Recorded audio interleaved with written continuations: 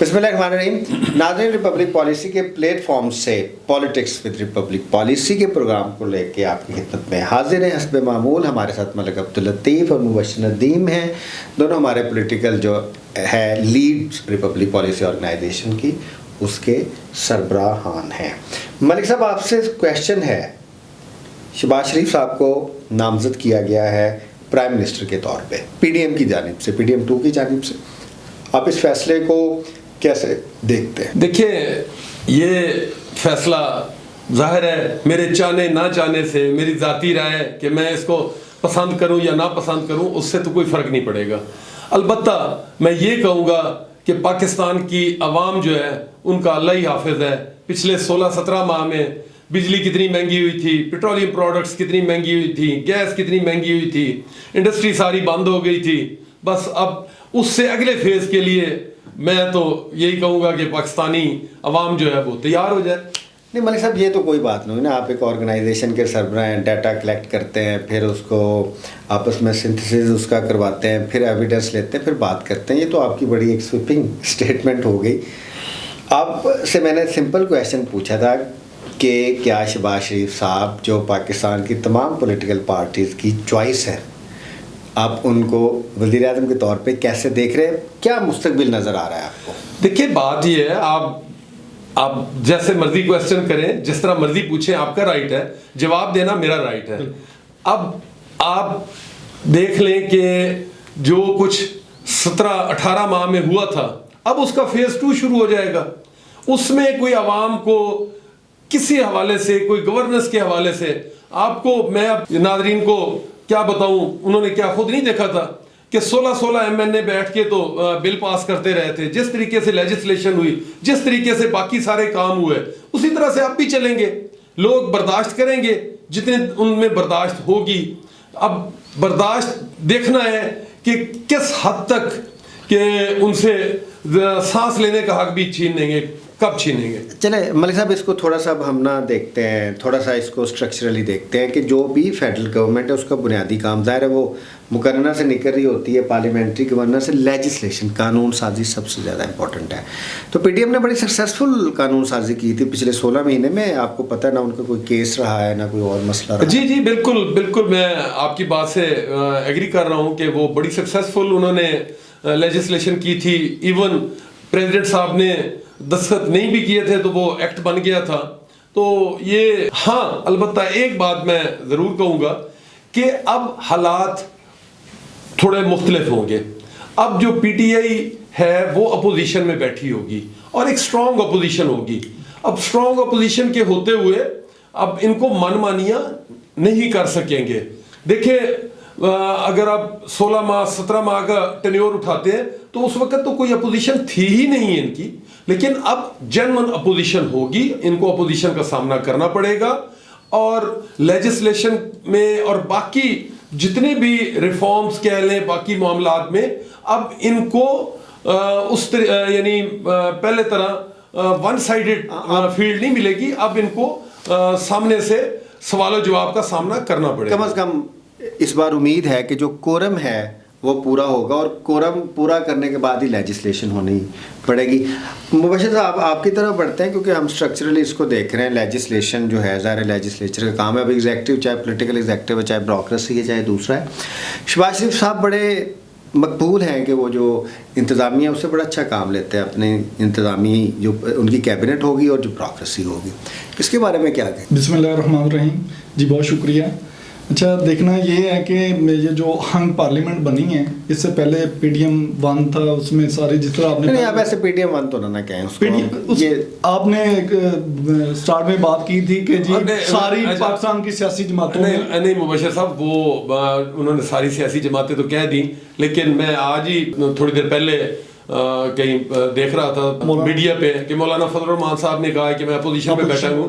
तो जो पहली जो इनका था अलायंस था या जो इत्तेहाद था, तो उसके तो हेड वो थे, सदर वो थे, तो अब वो तो इनके साथ नहीं होंगे।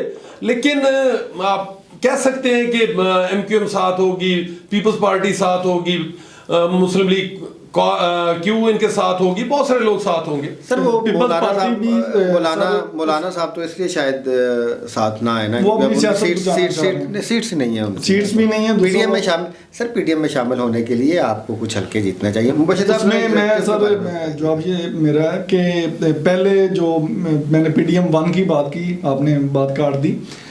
उसमें ये था कि जिस तरह मलिक साहब ने फरमाया कि अपोजिशन नहीं थी, अब इनको बहुत स्ट्रॉन्ग अपोजिशन का सामना रहेगा और कानून साजी जो है वो इतनी आसानी से ये नहीं कर सकेंगे या अपनी मनमानी नहीं कर सकेंगे जिस तरह इन्होंने पहले अपने टेन्योर जो 16-17 माह का था उसमें उन्होंने की। अब उनको अपोजिशन का भी सामना रहेगा और दूसरा ये कि जो इन्होंने सख्त फैसले लेने हैं उसका अवामी रद्द अमल भी आएगा, तो ये इतना आसान नहीं होगा। अच्छा मुबशिर साहब आपसे क्वेश्चन है ज़रा वो एग्जेक्टिव वाला मैं सर से पूछ लूँगा कि पीडीएम से क्या मुराद है, पाकिस्तान डेमोक्रेटिक मूवमेंट। तो अब पीडीएम तो ना रही ना, जिस तरीके से मैंडेट के साथ हुआ उसके बाद इसको पीडीएम तो नहीं कहना चाहिए। अब आप काइंडली इनको पीडीएम 2 ना कहिएगा। मलिक साहब आपसे क्वेश्चन ये है कि जो पंजाब में आप काम करते हैं, सूबों में काम करते हैं, सूबों के जो सब्जेक्ट्स हैं, अगर आप फेडरल लेजिस्लेटिव लिस्ट पार्ट 1 देखें वो और तरह के, वहाँ पर ब्यूरोक्रेसी और इंतज़ामिया से और तरीके से काम लिया जाता है। फेडरेशन के सब्जेक्ट्स ही डिफरेंट है, गवर्नमेंट की टाइप ही डिफरेंट है। तो शहबाज शरीफ ने अपना जो मॉडल पंजाब में रखा था वो फेडरेशन में जब उन्होंने रखा तो वो नाकाम हुए। अब फेडरेशन में और तरीके से चलना है, उसमें इंटरनेशनल रिलेशंस आते हैं, आपकी कोऑर्डिनेशन सूबों के साथ, फेडरलिज्म फेडरल स्टेट के तौर पे चलाना होता है। तो शहबाज शरीफ के पास चैलेंजेस तो बहुत ज़्यादा है। बेशक इसमें तो कोई दूसरी राय नहीं है कि बहुत बड़े बड़े चैलेंजेस हैं और वो उनसे कैसे नबरद आज़मा होते हैं। और ख़ास तौर पे फॉरेन पॉलिसी, आपकी इकोनॉमिक जो सिचुएशन है उसमें बहुत सारे उनको चैलेंजेस हैं। अब देखेंगे, अब उनके पास एक्सपीरियंस भी है, पंजाब में भी रहे चीफ मिनिस्टर, फिर अब तो खैर दूसरी दफ़ा प्राइम मिनिस्टर बनेंगे तो जाहिर है प्रीमियरशिप का भी तजर्बा है। आप अच्छे की उम्मीद रखें, आप क्यों मायूस होते हैं? अच्छा मुबशिर साहब आपसे क्वेश्चन है, मरियम साहबा के बारे में जब बात की तो मलिक साहब ने मरियम साहबा को बड़ा रूम दिया। ज़ाहिर है उनकी अभी गवर्नर सामने नहीं आई, तो जब तक गवर्नर सामने नहीं आएगी बात नहीं करनी चाहिए।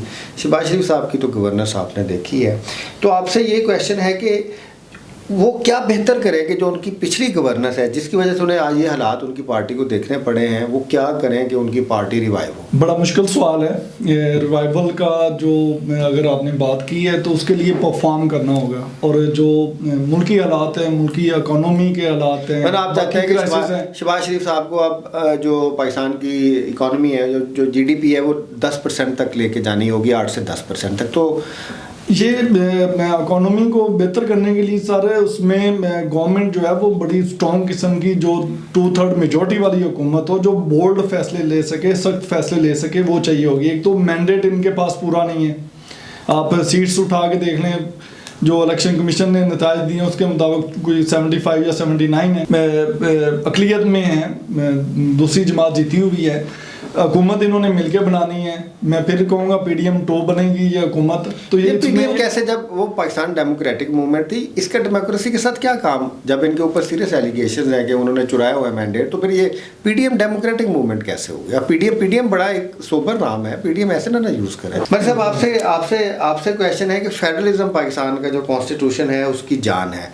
शहबाज शरीफ साहब को 4 मुख्तलिफ गवर्नमेंट से नबर्द आज़मा होना पड़ेगा। एक उनको KPK में PTI की हुकूमत होगी, पंजाब में उनकी भतीजी की हुकूमत होगी, बलोचिस्तान की कोई समझ नहीं आ रही, पीपल्स पार्टी की सिंध में होगी, जो 3 उनके अलाइंसेस नहीं है। तो बड़ा मुश्किल नहीं होगा शहबाज शरीफ साहब के लिए? नहीं, शहबाज शरीफ साहब जो है बड़े एडमिनिस्ट्रेटर हैं और बड़े अरफन मौला हैं, वो सबको साथ लेके चलेंगे। और मैं तो बड़ा होपफुल हूँ कि KPK में PTI की गवर्नमेंट होगी, तो मैं तो कह लो दुआगो हूँ कि वो अल्लाह करे उनके साथ भी अच्छे तल्लुकात रखें। पंजाब में उनकी भतीजी होगी, सिंध में पीपल्स पार्टी, तो जाहिर है पीपल्स पार्टी तो उनके साथ है, और बलूचिस्तान में भी पीपल्स पार्टी जो है वो उनके साथ मिलके गवर्नमेंट बनाएगी PMLN के साथ। वो हालात ठीक होंगे, आप परेशान ना हो। मलिक साहब आप ऑब्जेक्टिवली ना बिल्कुल इसको एनालिसिस नहीं कर रहे। मुझे लग रहा है कि शायद आप ना एक तर्ज के मूड में, तो मैं अब गुफ्तगू को सीरियस करवाने के लिए मुबशिर साहब के पास आता हूँ। आखिरी क्वेश्चन है नाजरीन हमारा, क्योंकि नाजरीन आपने पीडीएम जो जिसके ऊपर हमें एतराज़ है उसका मॉडल देखा हुआ है, तो ये सेम मॉडल आ रहा है। तो इस मॉडल को कामयाब करने के लिए एक्स्ट्राऑर्डिनरी काम करना होगा, क्योंकि ये पहले मॉडल नाकाम हो चुका है। मुबश्शिर साहब, आप क्या इस हुकूमत को चलता हुआ देख रहे हैं? बहुत मुश्किल है, बहुत मुश्किल है सर। इसमें देखना ये होगा कि जो मुल्की हालात, मैंने पहले बात की, बहुत ज़्यादा क्राइसिस हैं, IMF के साथ डील करनी है। जो ही हुकूमत इस्टेब्लिश होती है, फॉर्म में आती है या पार्लियामेंट में जाते हैं लोग, वज़ीर आज़म बनते हैं, तो इनको पहला जो काम करना है, इन्होंने IMF के बेल आउट पैकेज लेना है। तो पैकेज लेंगे तो सारी बात है, वो इनके इकॉनमी के इश्यूज हैं। मगर साहब ज़रा कंक्लूड कीजिएगा।